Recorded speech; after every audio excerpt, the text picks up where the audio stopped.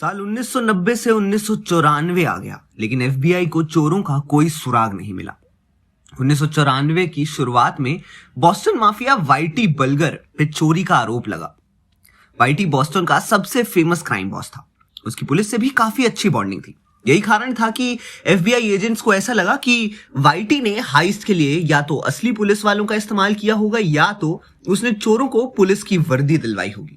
FBI के अनुसार वाइटी के लिए पुलिस का इस्तेमाल करना काफी आसान था। इसी कारण एफबीआई शुरुआत से ही वाइटी को शक की नजर से देख रही थी। हालांकि ये बात जब वाइटी को पता चली तो वो काफी गुस्सा हुआ। वाइटी का कहना था कि भले ही उसने कितने भी क्रिमिनल एक्ट को अंजाम दिया हो, लेकिन उसका इस म्यूजियम हाइस्ट से कोई लेना देना नहीं है। वाइटी ने यहां तक कि अपने गैंग मेंबर्स को असली चोरों का पता लगवाने के लिए भी कहा। वाइटी का कहना था कि चोरों को उससे माफी मांगनी चाहिए, क्योंकि चोरों ने उसकी गैंग के नाम पे इस हाइस्ट को अंजाम दिया है, जिससे उसकी गैंग की रेपुटेशन पे बुरा असर पड़ा है। 1995 में क्योंकि स्टेट ऑफ लिमिटेशंस एक्सपायर्ड हो गई थी, इसी कारण म्यूजियम ओनर्स ने कहा कि जो कोई भी चोरी किए गए आर्टवर्क्स को अपनी मर्जी से लौटा देता है और जो इस हाइस्ट का हिस्सा था वो अगर खुद ही सामने आ जाता है तो उस पर कोई कानूनी कार्रवाई नहीं की जाएगी। स्टैच्यू ऑफ लिमिटेशंस का मतलब होता है किसी भी क्रिमिनल एक्ट पे लगा एक ऐसा टाइम पीरियड जिसके बीत जाने के बाद आरोपी को दोषी नहीं माना जाता। हालांकि म्यूजियम ओनर्स द्वारा इतनी रिक्वेस्ट करने के बावजूद भी हाइस्ट को अंजाम देने वाले सामने नहीं आए।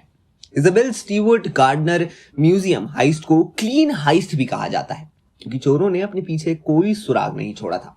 यहां तक कि एफबीआई को उनके कोई डीएनए ट्रेसेस नहीं मिले। एफबीआई को शक था कि अगर मामले में ज्यादा देरी की गई तो चोर आर्टवर्क्स को दूसरे देश ट्रांसपोर्ट भी कर सकते हैं।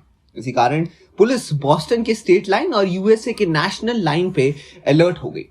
हाइस्ट का शक बॉबी डोनाती नाम के एक क्रिमिनल पे भी गया, जिसकी उसी साल हत्या हो गई जिस साल गार्डनर म्यूजियम हाइस्ट हुई थी। कहा जाता है बॉबी की बॉस्टन बेस्ड क्राइम फैमिली पेट्रियार्का से दुश्मनी थी, जिस कारण 1990 के गैंग वॉर में उसकी मौत हो गई। बॉबी में शक तब गया जब जेल में बंद एक फेमस आर्ट रॉबर कॉनर ने बॉबी का नाम एफबीआई को बताया।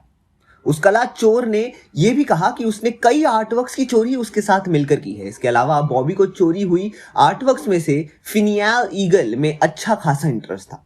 कॉनर ने बताया कि बॉबी लोअर लेवल क्रिमिनल्स का इस्तेमाल अपनी हाइस्ट में करता था।